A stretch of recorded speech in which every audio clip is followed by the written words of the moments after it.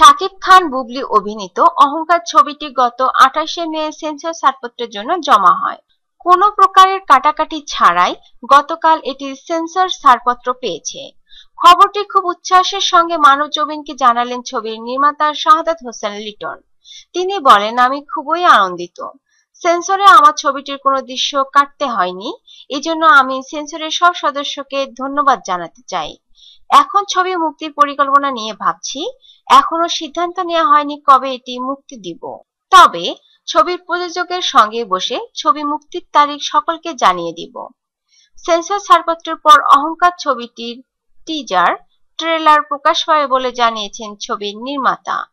উল্লেখ্য, শাকিব বুবলি জুটির এটি ৩ নম্বর ছবি।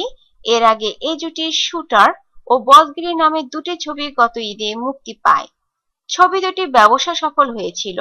অহংকার ছবির সেন্সর ছাড়পত্র পাওয়ার সংবাদ পেয়ে শাকিব খান বলেন, ছবিটি সঠিক সময়ে শুটিং শেষ করেছি।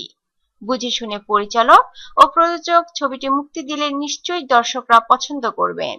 অহংকার ছবিটি মুক্তির পর দর্শকরা সাদরে গ্রহণ করবেন বলে আশা প্রকাশ করেছেন এই ছবির অভিনেত্রী শবনম বুবলি। অহংকার ছবির কাহিনী লিখেছেন আব্দুল মাবুদ কাউসার।